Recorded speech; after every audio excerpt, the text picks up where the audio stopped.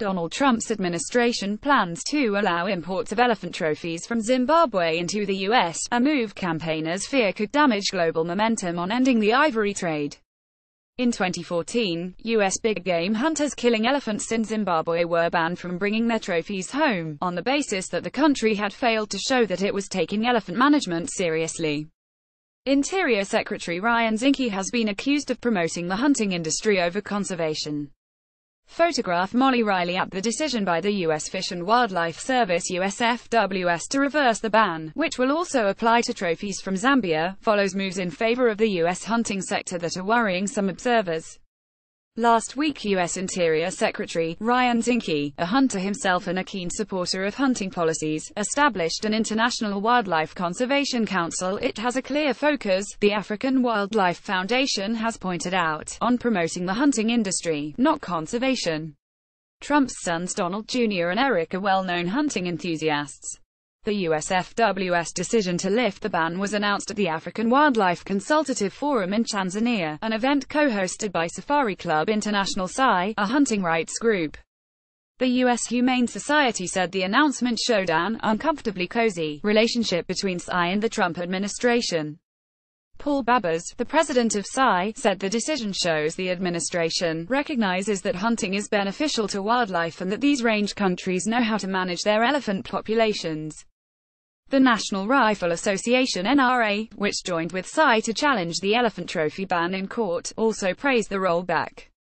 This is a significant step forward in having hunting receive the recognition it deserves as a tool of wildlife management, which had been all but buried in the previous administration, said Chris Cox, executive director of the NRA's Institute for Legislative Action. Hunting elephants is legal under strict permit systems in several African countries, and the revenue is crucial, some argue, for supporting conservation efforts. The large fees that trophy hunters pay in order to be allowed to shoot elephants, lions and leopards can be a significant source of revenue. In Zimbabwe, according to the Safari Operators Association, annual revenue this year could be as much as $130 million, mainly from the U.S. market. But there has been an international backlash against the practice.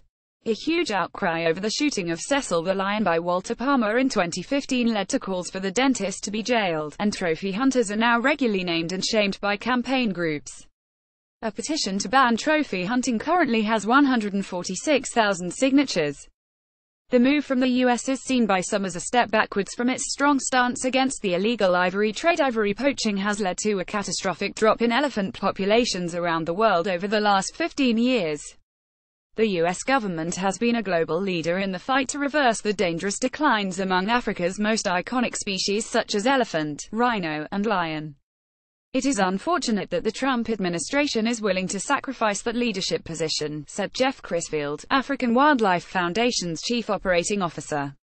Well-managed hunting can play a role in conservation. However, U.S. policy on wildlife conservation should be informed by science, not by professional hunters and the gun lobby. How someone could want to shoot such an intelligent, empathetic animal as an elephant is beyond me, said Frank Pope, CEO of Save the Elephants.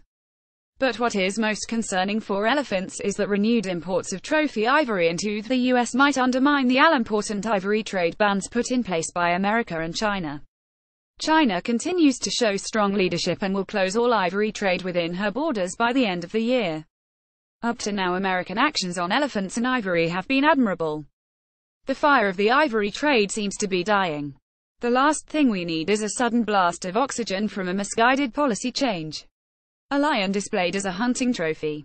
Photograph Jessica Renald Deroiters, a USFWS spokesman, told The Guardian, legal, well-regulated sport hunting as part of a management program can benefit the conservation of certain species by providing incentives to local communities to conserve the species and by putting much-needed revenue back into conservation. The U.S. Fish and Wildlife Service has determined that the hunting and management programs for African elephants in Zimbabwe will enhance the survival of the species in the wild.